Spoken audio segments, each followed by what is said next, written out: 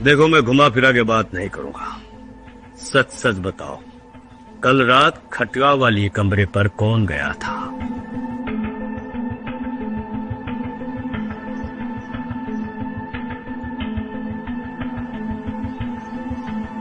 नहीं, हम लोग भी गए थे।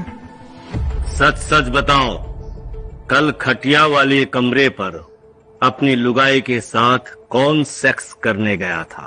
हम बाबूजी।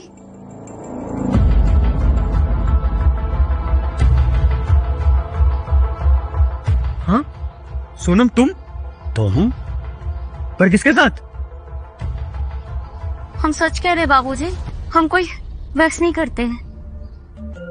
अरे वैक्स की बात कहाँ हो रही है?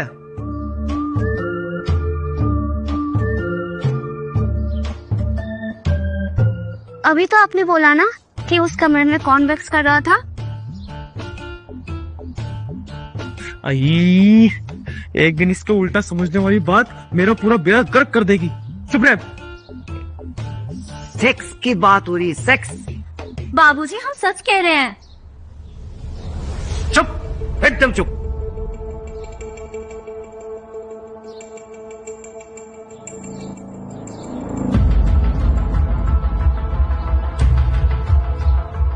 अब मैं समझ गया, तुम लोगों में से कोई नहीं बताएगा उस कमरे में कल रात को कौन था। नहीं बताओगे ना? भैया हम थे, लेकिन हम तो कमरे में थे। किसके? जी अपने। हाँ बाबूजी, हम भी अपने कमरे में ही थे। बाबूजी हम भी कमरे में ही थे।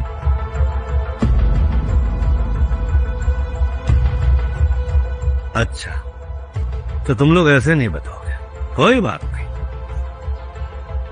तो ठीक है। मैं अभी और इसी वक्त ये ऐलान करता हूँ, मेरी जायदाद, ये हवेली और गद्दी का मालिक वही बनेगा जो कल रात उस कमरे में गया था।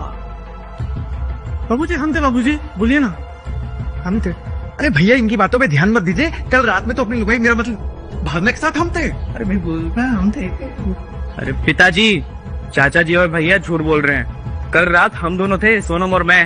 अरे हम थे। आप और मोहन, आप दोनों उस कमरे में क्या कर रहे थे?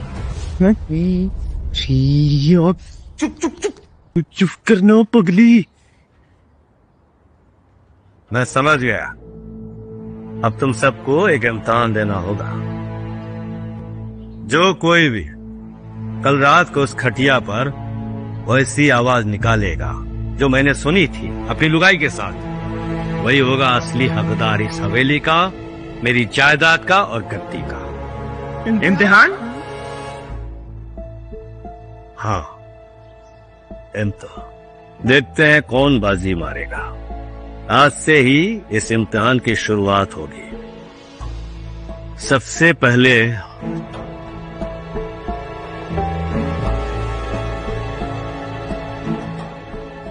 मोहन और भावना